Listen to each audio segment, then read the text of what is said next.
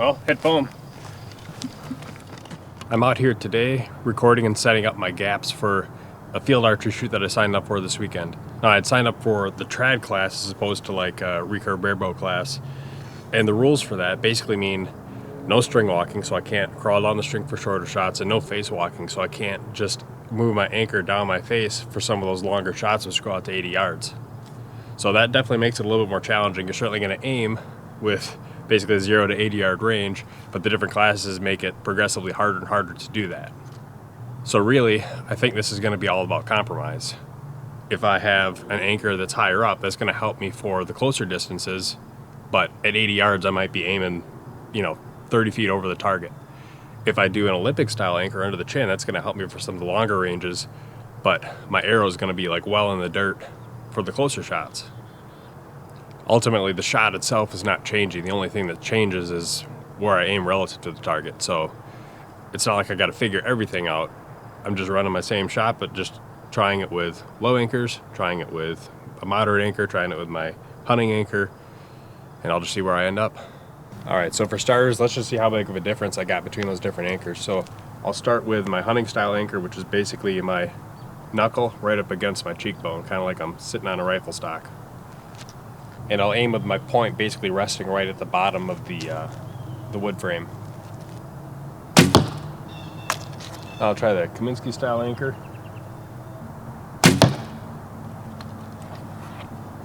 And the Olympic style anchor.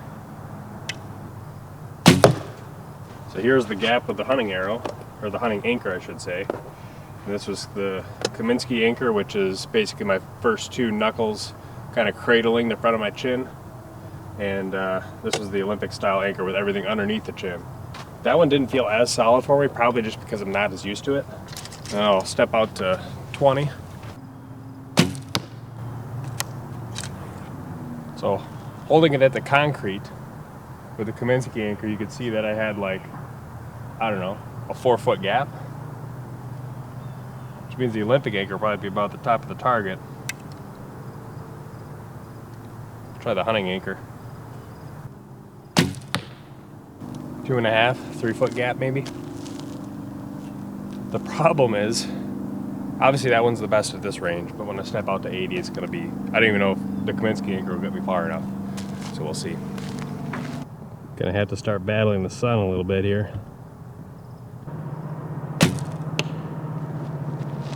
Yeah, that was really high, so my point on is further.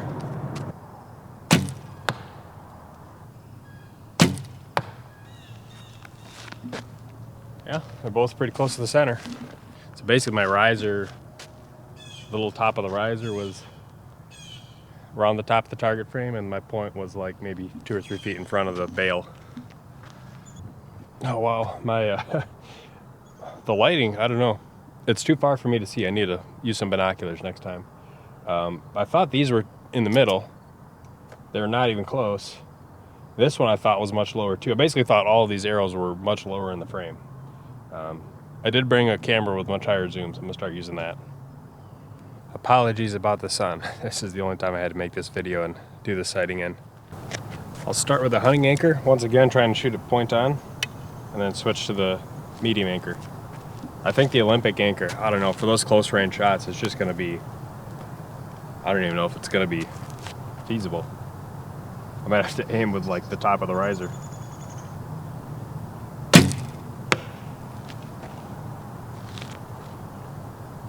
Interestingly, that was super high. So this actually might be a good thing, because this might mean there's a chance I could feasibly use my hunting anchor, which is gonna help a lot for the shorter stuff. I'll try another shot just to get a little group.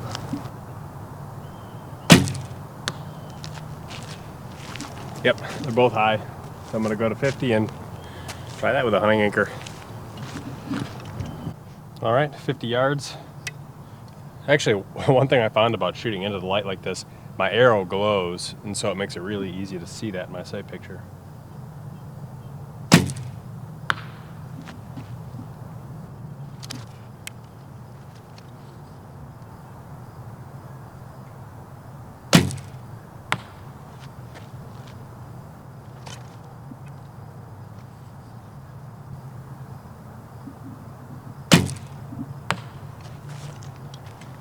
All right, just a touch low. So that means my point on distance with this arrow shooting this speed out of this bow is probably around, with that anchor, 47, 48 yards, I'd have to imagine. So that means 60, 70, and 80, I'm definitely gonna be aiming at the top or above the bail. I'll try shooting a group here with that medium anchor too, just to see where it ends up. All right, here we go, medium anchor, and I'll probably hold the point at the bottom of the bail.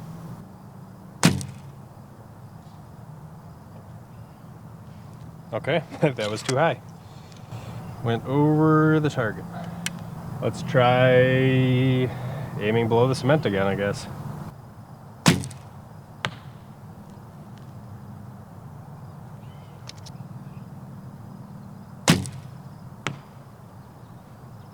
Arrow doesn't seem quite tuned.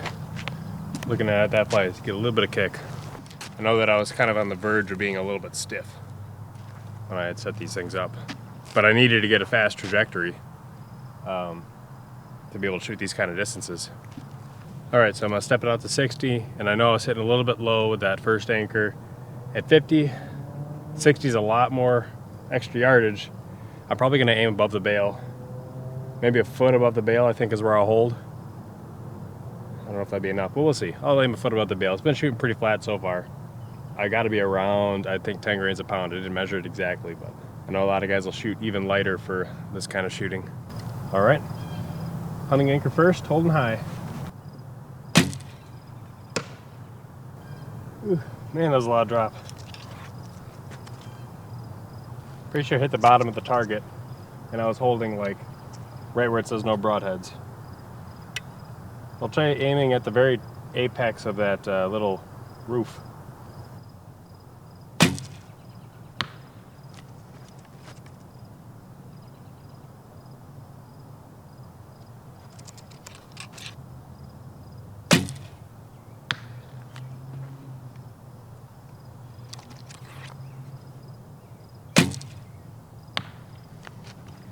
All right, yeah, two actually were not too far off. One was quite a bit high. I did feel that. That shot wasn't as clean as the other ones, and I mean, man, at this distance, if you're off, if your draw length changes by 1/8 of an inch, it's gonna have a big impact downrange. All right, let's try at 60 again using that medium anchor. I'll try going point on.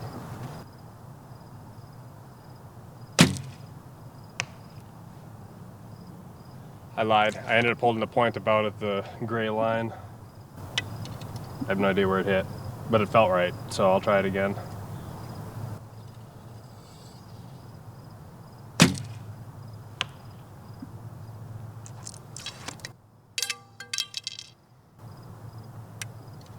Starting to get a little fatigued.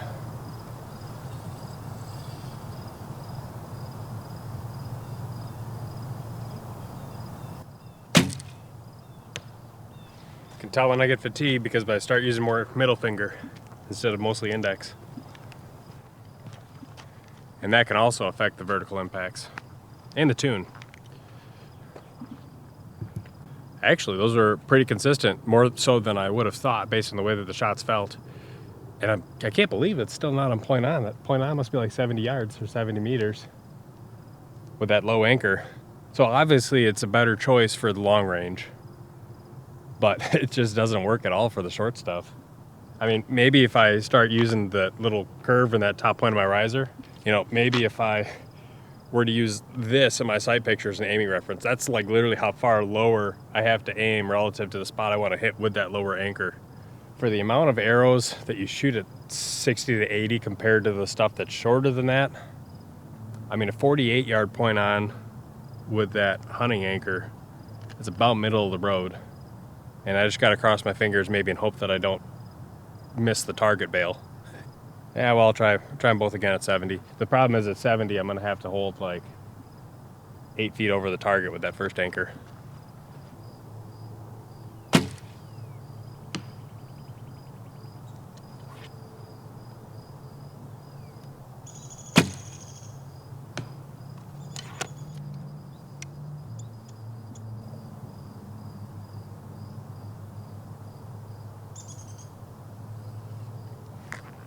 Fatigue's creeping in.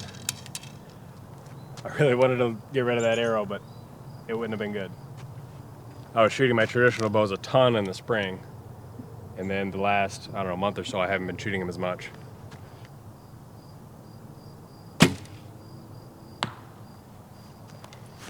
Go check it out.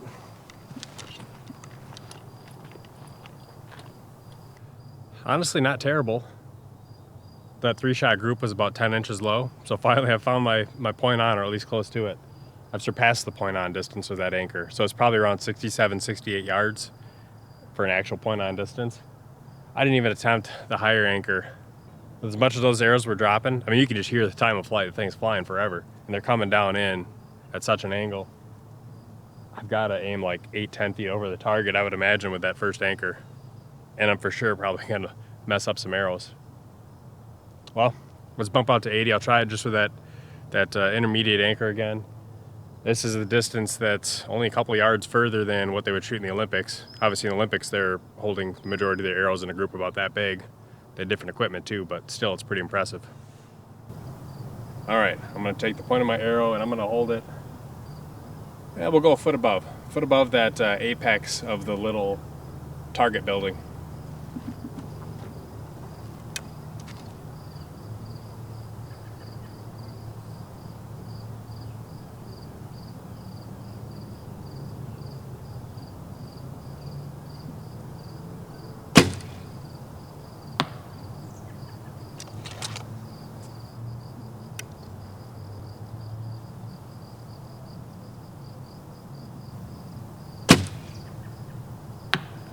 That one felt better than the first shot. I have no idea where they're hitting, but just shot quality wise, the second arrow felt better than the first one.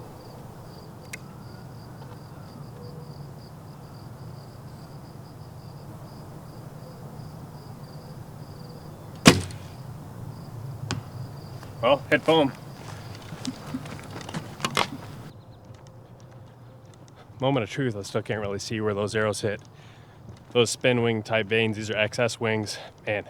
Especially with their fletch like straight. I think I have a 1 degree offset on mine, just to get a little bit more spin if I wanted to use them for hunting, but you cannot see them in the target unless you're like right there.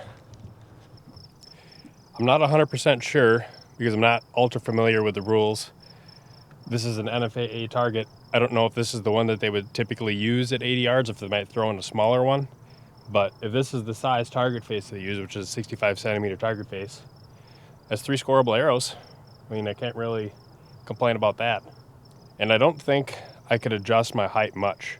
I mean, obviously the average of this group is maybe 6 inches high, but if we're being honest, if I had a 20 arrow group, it's probably like the size of this entire target. So yeah, maybe I'm aiming a little bit high, or it might just be a byproduct of a small sample size of 3 arrows. So I'll write this down in my notebook, this result. I won't be able to keep my notebook and use it on the actual shoot itself. There's no written memorandum allowed during the shoot. So it's all just based on memory. I think in the future, I'm gonna probably, if I do this again, I'd probably do it as a recurve barebow class instead of trad class, because then you can legally face walk and you can string walk. So being able to cover that range from 0 to 80 yards becomes significantly more practical. And I also think that there's more people that sign up for that class versus the trad class. Maybe that's the reason why. But regardless, it should be pretty fun. One other interesting thing about that trad class in the NFAA is you can have a 12-inch stabilizer if you wanted to. But with the recurve barebow, it's a class that allows you more equipment options. You can't run a stabilizer. You can just have the 12-centimeter ring to go around everything. So this would qualify for that aspect. I could run a longer stabilizer and still be legal if I wanted to, but I guess I don't really want to make that change. You can tell I already pulled off the stealth strips off my riser because you can't have any camo or any tape. Even if you have a wood bow, you can't have any laminations, anything that could be possibly construed as an aiming point. So I'm going to put that right back on after the shoot is over, even though all it was really doing was making it quiet for when my arrow accidentally hits the riser. And then the last thing for me to do today is go back down to those closer ranges with that medium anchor and figure out where I need to aim. The higher anchor is just not going to be practical past 60 yards. And even though it's better at the shorter distances, I can probably still figure it out. To a certain extent, I mean, my left and right's always good. It's just a matter of how high or low am I going to hit with those lower anchors. The arrow's basically down in the dirt. So I get back to full draw, line everything up, and then it's just a matter of, okay, where do I hold? And like I said, I'll play around with using this point of the riser just to see if it makes any sort of difference. You can't use, like I mentioned, anything as a sighting reference. There's rules about having things higher than the rest, but this is part of the bow, so it's not like it's outlawed. Just see how this is going to work out at close range.